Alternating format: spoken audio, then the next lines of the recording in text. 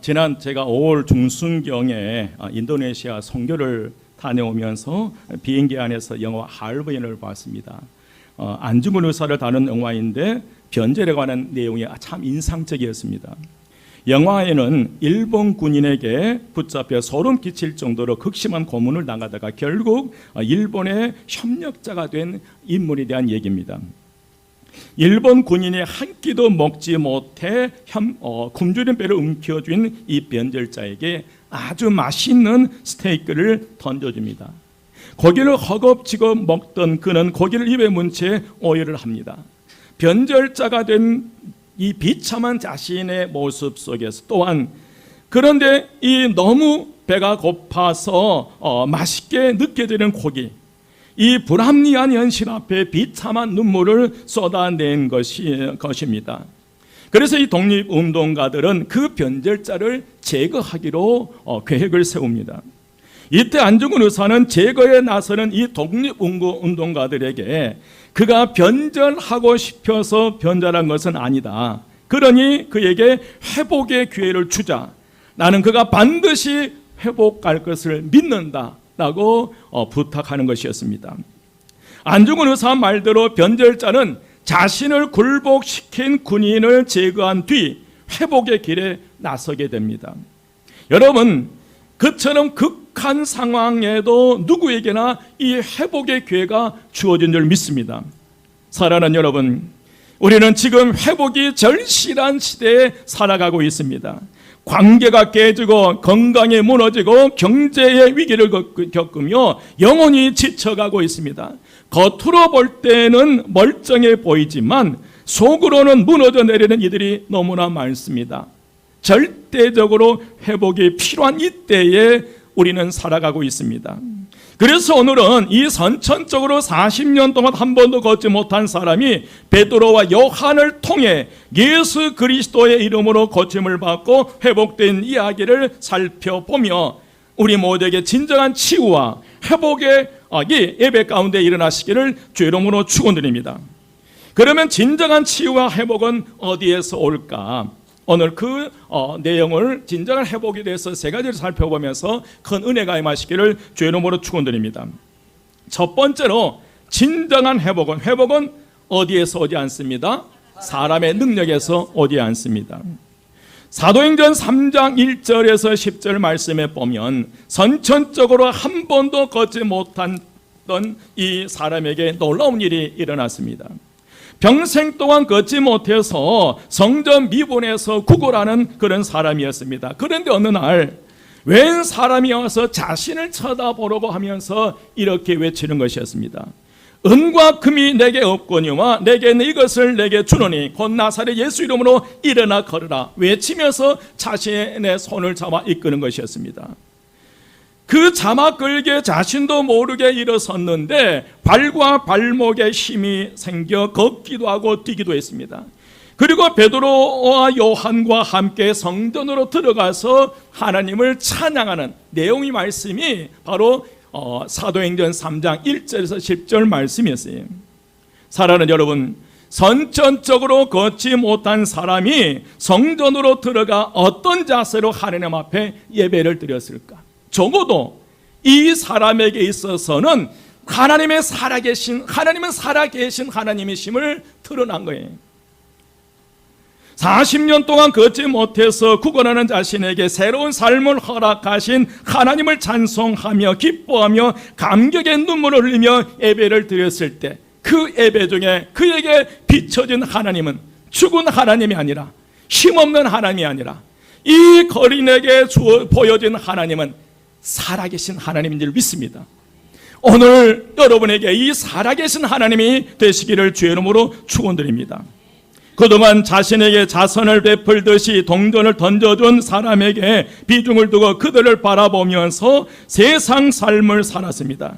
하지만 이제는 자신을 회복시켜 새로운 인생을 살아가게 하신 살아계신 하나님을 바라보면서 찬양하며 기도합니다. 너무나 감격스러운 순간입니다. 살다 보니까 이런 일도 일어났습니다. 너무도 좋습니다. 그래서 이 사람은 베드로와 요한을 너무 고마워서 붙잡았습니다. 그게 11절이에요. 11절 함께 봉독하겠습니다. 다 같이 시작.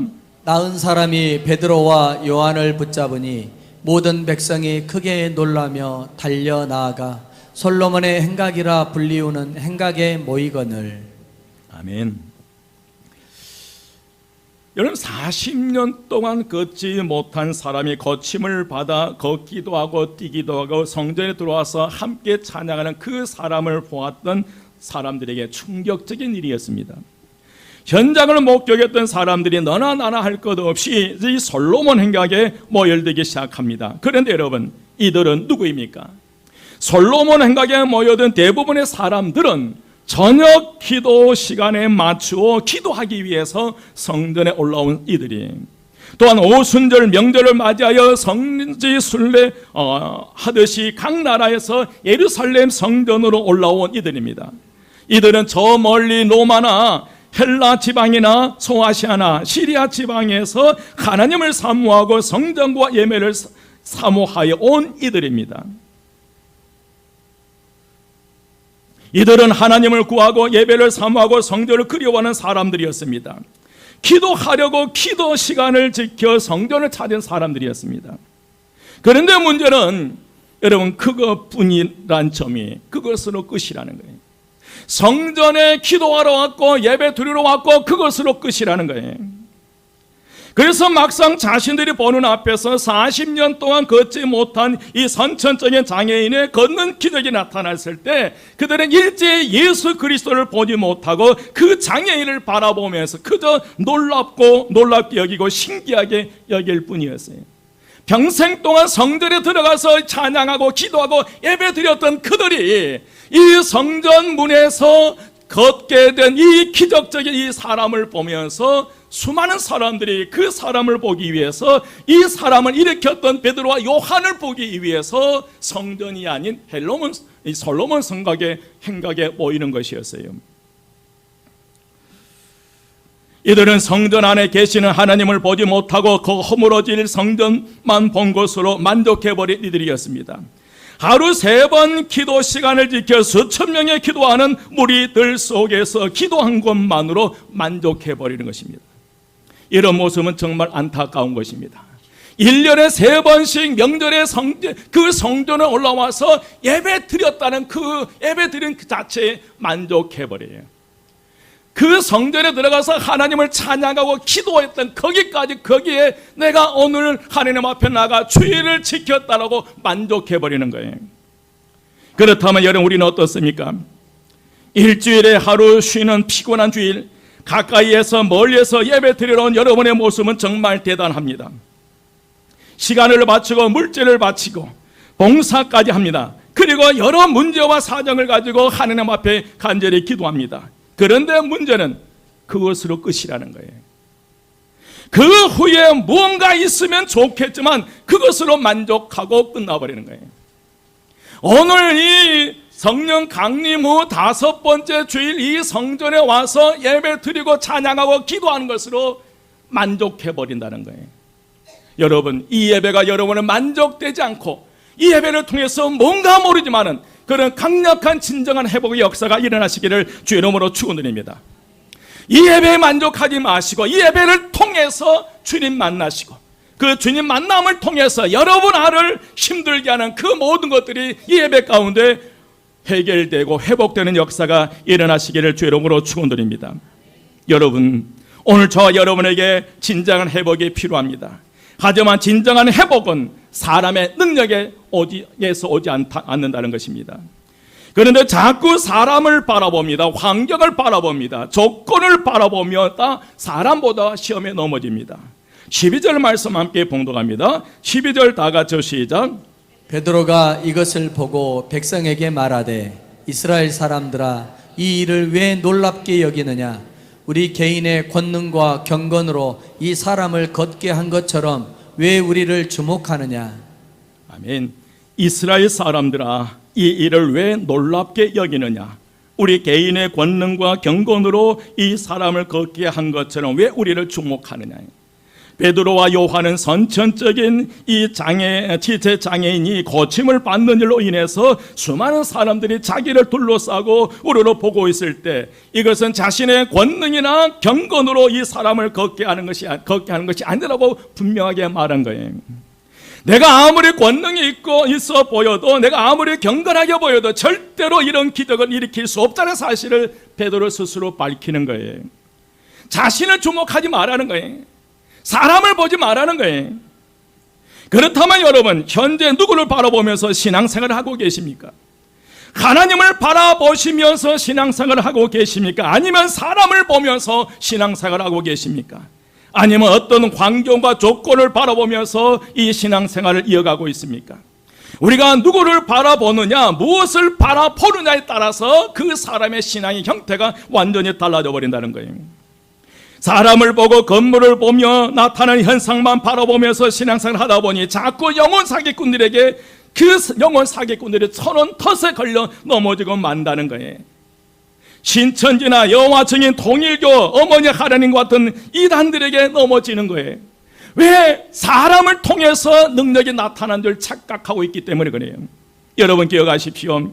선천적으로 걷지 못해서 구걸하게 했던 그 자리에서 회복시켜 주신 분은 사람이 아니었습니다.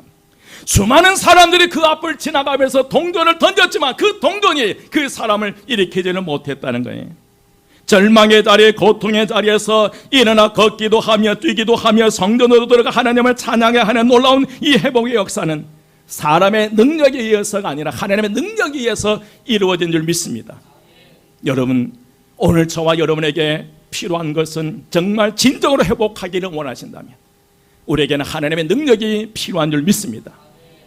돈이 아닙니다. 사람이 아닙니다. 주님, 우리에게 진짜 필요한 것, 이 무더운 날씨 속에서 정말 우리에게 필요한 것은 하나님의 능력이 필요한 줄 믿습니다.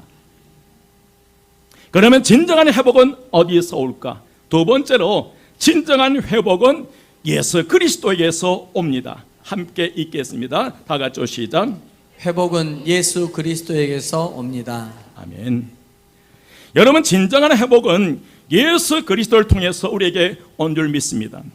이제 베드로는 왜 우리는 예수 그리스도를 믿어야 하는지를 설명합니다. 베드로는 오늘 저와 여러분에게 무엇을 말하고 싶었을까? 바로 하나님은 지금도 살아계신다는 거예요. 믿으시면 아멘.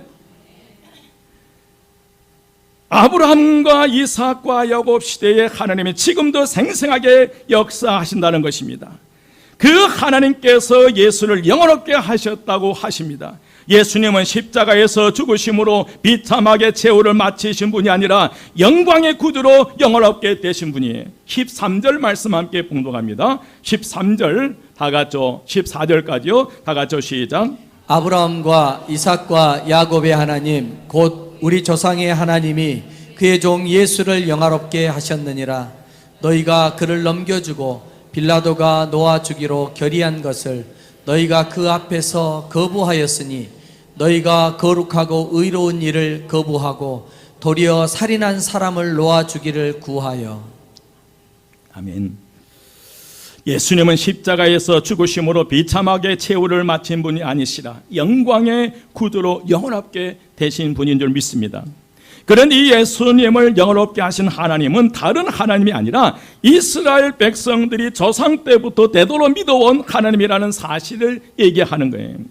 하지만 문제는 이 유대인들이 이 영원한 주님을 영원롭게 하지 못하게 치욕스럽게 만들어버렸고 그를 죽였다는 그 사실이 13절 14절 말씀이에요. 예수님을 재판한 빌라도는 예수님에게 죄가 없다는 사실을 알았습니다. 그러나 백성들의 원성에 못 이겨 예수님을 십자가 처형에 처하도록 판결해버린 것이었습니다. 빌라도 총독에게는 명절에 제수한 사람을 풀어줄 권한이 있었기 때문에 그 예수를 풀어주는 것이 아니라 극악 무도한 살인자 바라바를 풀어주게 됩니다. 결국 구원자 예수 그리스도를 죽이고 살인자 바라바를 선택하게 됐고 그 예수를 십자가에 죽이고 바라바를 살리는 것입니다. 그게 15절 말씀입니다. 15절 말씀 함께 합독하겠습니다. 다 같이 시작. 생명의 주를 죽였도다. 그러나 하나님이 죽은 자 가운데서 그를 살리셨으니 우리가 이 일의 증인이라. 아멘. 네. 생명의 주를 죽였도다. 그러나 하나님의 죽은 자 가운데서 그를 살리셨으니 우리가 이 일의 누구이다? 증인이라는 거예요.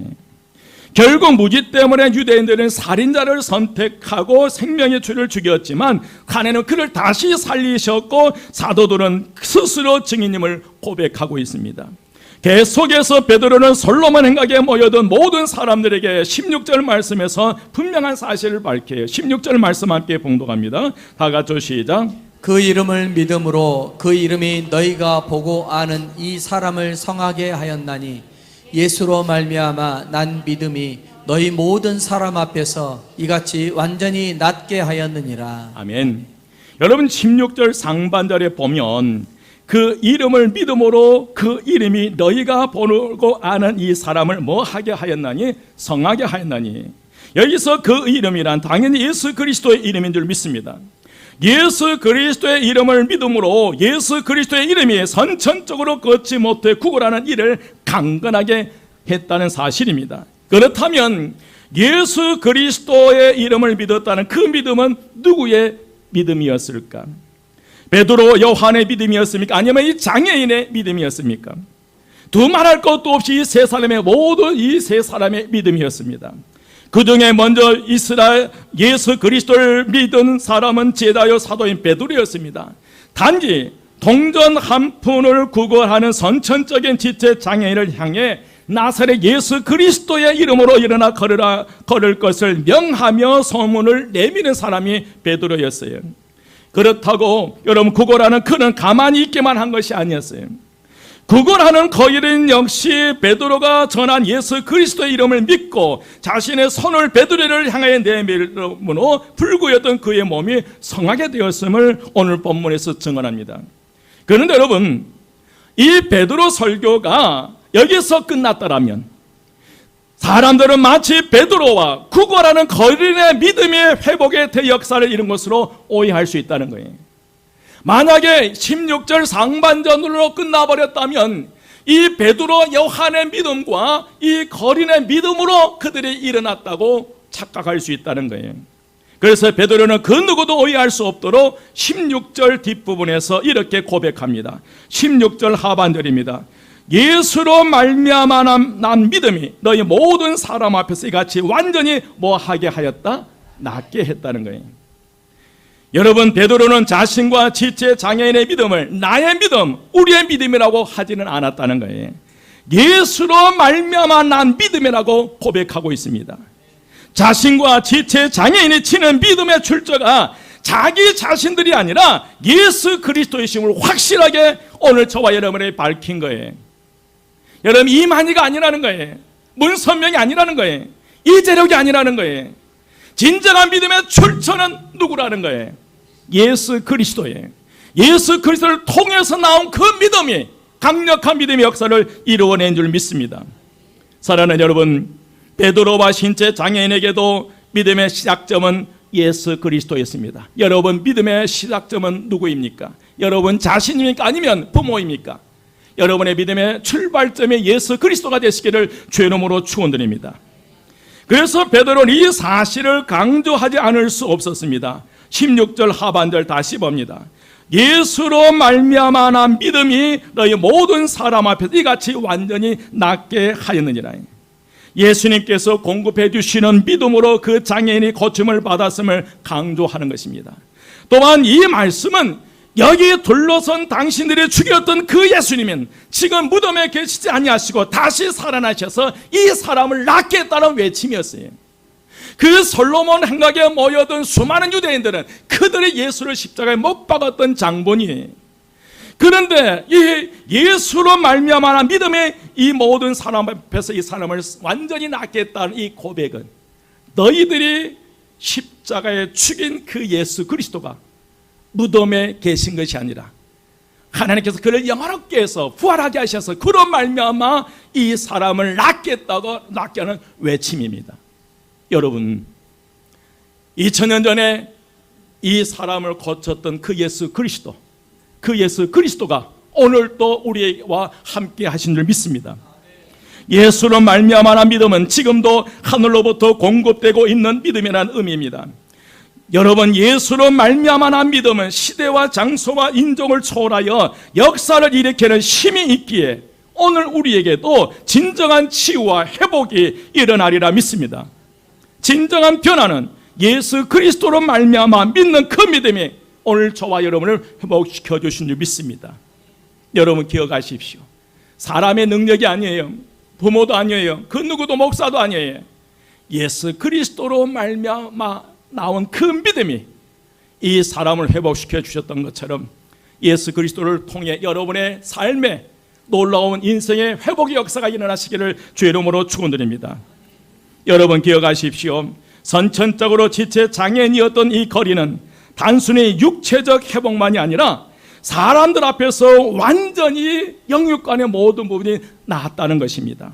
그 이름, 즉 예수 그리스도 이름이 사람을 몸과 마음과 삶 전체에 회복시켜 주신 줄 믿습니다.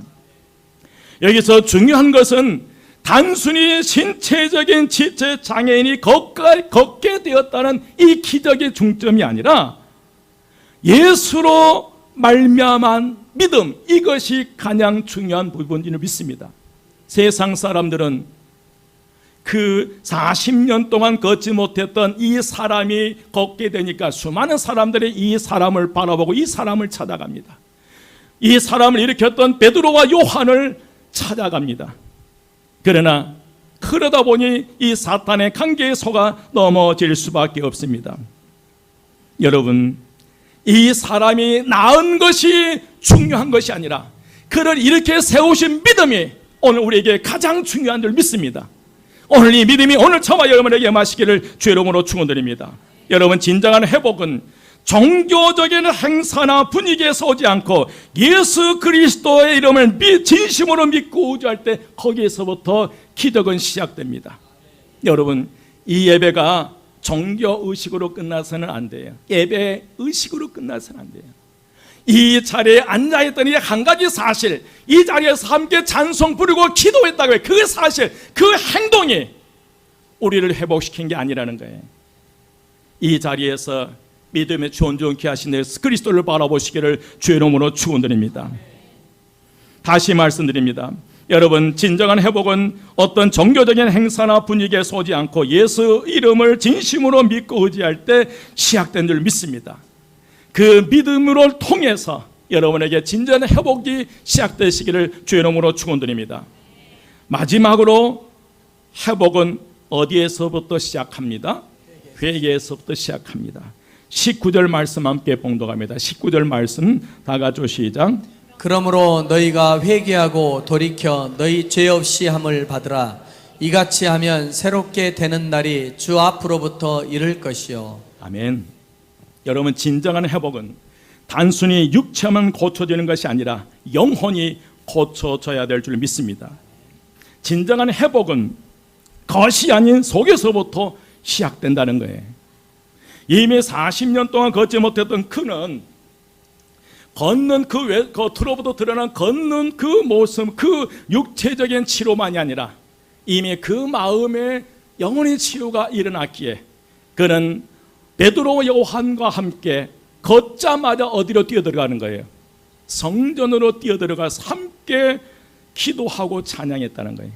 만약에 이 거린이 영혼 치료는 그 속 사람을 치료받지 못하고 단지 육체적인 걷는 것이 못 걷는 걸 걷게 된 그 기적만 체험했다면, 육체적인만 일어났다면 그는 그 자리에서 성전으로 가지 않고 자신의 부모로 달려갔을 것입니다. 부모에게 달려갔을 것입니다. 여러분, 진정한 회복은 단순히 육체만 고쳐지는 것이 아니라 우리의 영혼이 고쳐져야 될 줄 믿습니다. 진정한 회복은 겉사람이 아닌 속에서부터 시작됩니다. 여러분, 회개는 단순히 잘못했다고 말하는 것이 아닙니다. 회개는 방향을 바꾸는 것이에요. 뭘 바꾸는 것이다? 방향을 바꾸는 거예요.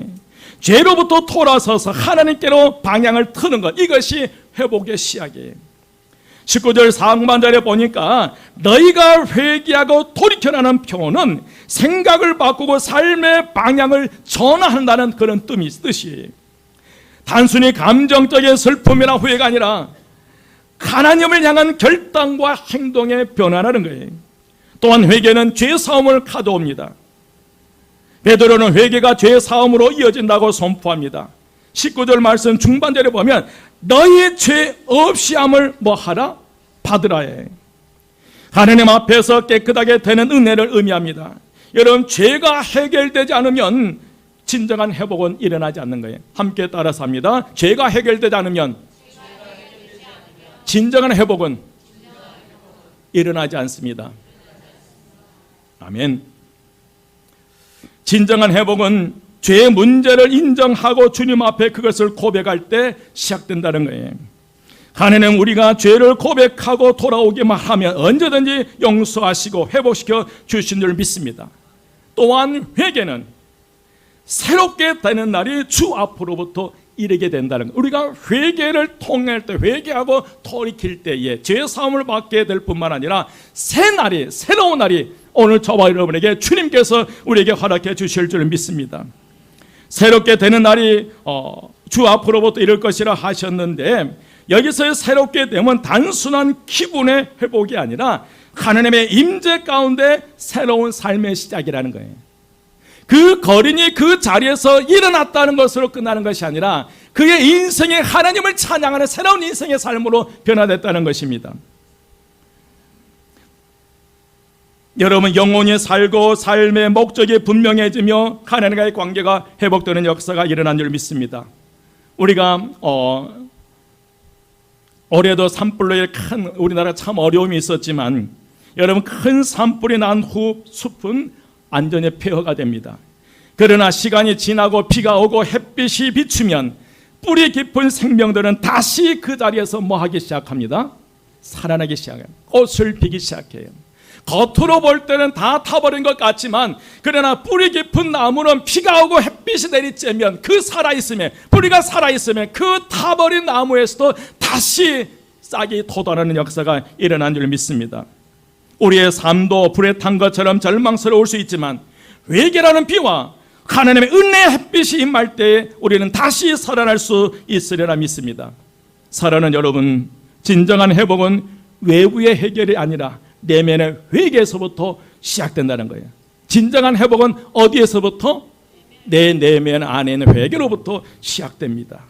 오늘 하나님께서 오늘 우리에게 분명하게 말씀하십니다.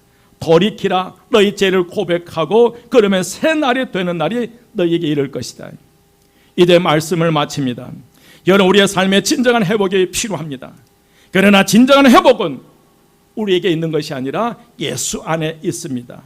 그분의 이름이 우리의 육신을, 감정을, 관계를, 영혼을 고쳐주실 줄 믿습니다. 오늘 본문은 단순한 기적 얘기가 아닙니다. 예수님이 어떤 분이신지, 그리고 그분께 돌아가는 것이 회복의 유일한 기름을 선포하는 말씀입니다. 그렇다면 여러분의 현재 회복을 갈망하는 영역은 어디입니까? 여러분 지금 어떤 영역에서 회복을 원하십니까? 건강입니까? 관계입니까? 물질입니까?